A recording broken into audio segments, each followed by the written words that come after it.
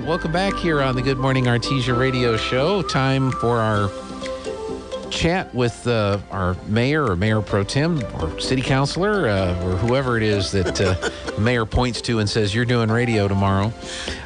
Terry Hill, the mayor pro tem, is with us. Good morning, sir. Good morning, Gene, and that's exactly how it happened. You didn't get out of there in time, right? Well, no, I enjoy coming down. Yeah. Well, before helping him out. Came on the air, we were talking about the winds, and you were telling me about a recent trip you had over to the free state of Texas. Oh, yes. You were dodging the tumbleweeds and everything. Oh, coming back, of course, the previous windstorm had piled those up inside the fence lines on the roadway. And whenever I came back on Friday, oh, that was atrocious. Tumbleweeds were blowing back across, and then all of a sudden, whenever the road turns, here they all come straight at me. It looked like a herd of kangaroos or something coming down through there. Oh, that's crazy. Well, it'll be interesting to see because, we'll have CVE on next hour, and I'm sure they're getting their crews, staged and ready. And I had the XL Energy, is letting everybody know they're going to have their crews ready to go. But for the most part, this is not an unusual thing for us, and so most of our infrastructures kind of expects it to be windy from time to time. Certainly. And, this year we've been blessed with so much moisture up in the springtime there in the summer, and the weeds just exploded on us here. And the tumbleweeds, unfortunately, really took advantage of that. And now here we are, we're getting the wind. Mm-hmm. What did I see, Gene, that was talking about the weather going to be up in northern, right along the Colorado line, 70, 80 miles an hour up in there? Yeah. Oh, my goodness. That's kind of crazy. Yeah. And I think this is fake news. I don't know how you are on the environmental stuff, but I saw a fake news. This has to be fake news. This story here says that government to replace tornado sirens with climate change alarms. Get out of here. No, this is fake news here. You and I both have been around long enough. We call this the weather, It's New Mexico. Yeah. It's New Mexico. And it's overall, we got some beautiful weather here. And anyway, it's nice out there right now. I mean, it is, the wind's starting to pick up a little bit, but here again, it's not, 20 degrees. That's right. Anyway, and here we are in December. So in all, it's a good place to be. That's right. Well, City Council met, and this will be your only meeting in December, right? Yes, sir, it is. Okay. Yeah, there's 2 months of the year that we have only one meeting per month. July, which we normally do a retreat, if you would, where the councilors get together. We look at the budgets and stuff like that and go over things. And then in December, because of the holidays and everything, we only have one then. And last night was the only one, as you say, for this month. Okay. But anyway, it was, normally we've been getting by pretty quick. We can handle that business pretty good, but we wound up stretching it out a little bit last night. Okay. And, but anyway, we had a lot of stuff to cover. All right. On public hearings, we did two. One was for a consideration of an ordinance to vacate approximately 10 feet of westerly vacation of Park Avenue.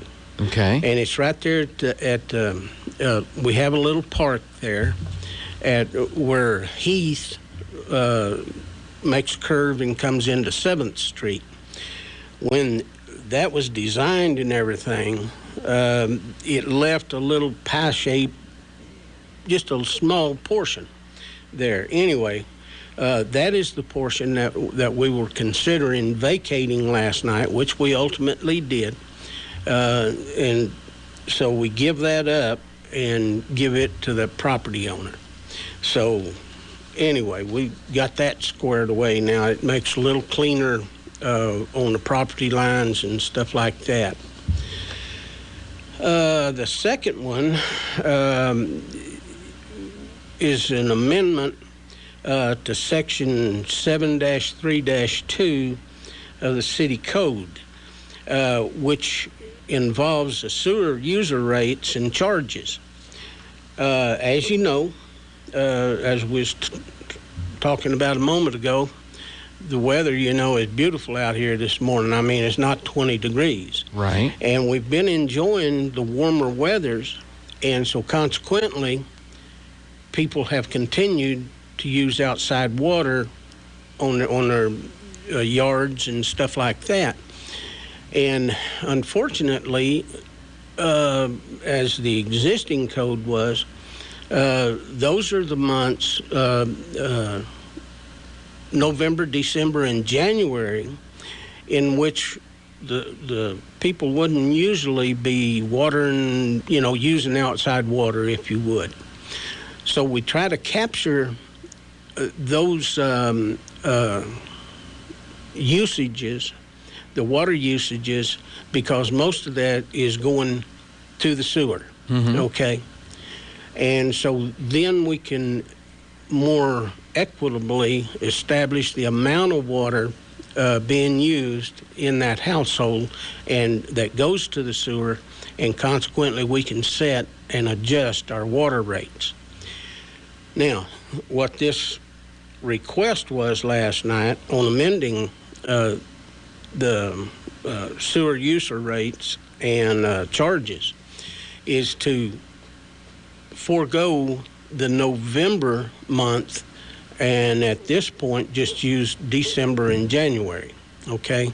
And then in the future, from now on, until this may be looked at again, the council will look at it each year and determine what months that they're going to make those adjustments off of. Okay. So anyway, That's helpful to folks as far as determining what the rates are. I would just make sure you don't use Sundays after a Cowboys football game. Yeah. Don't count those days either,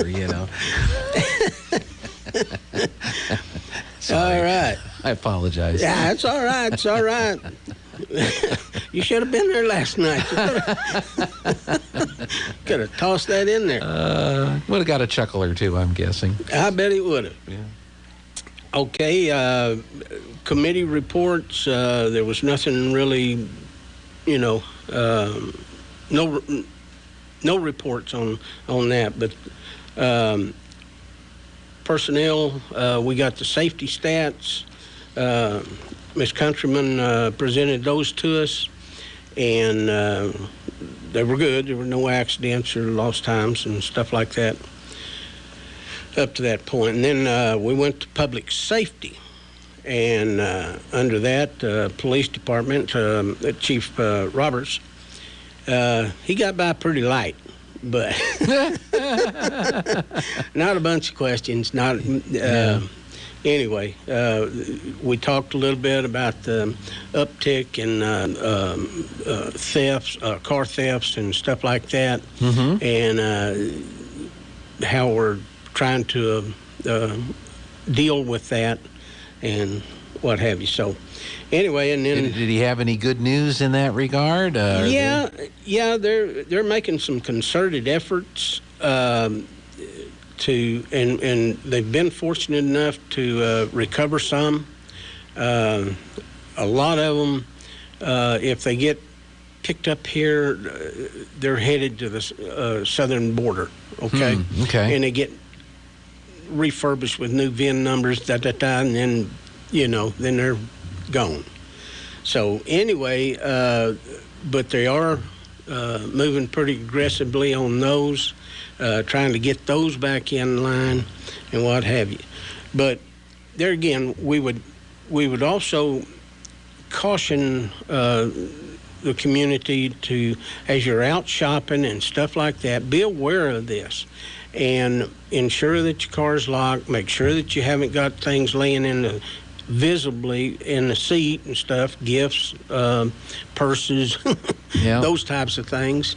But anyway, that might encourage, people to break into them. But be cautious of that. What else? Well, how are they doing staffing-wise with the police department? Are you guys down a little bit? Well, we had some good news last night. It looks like we've got...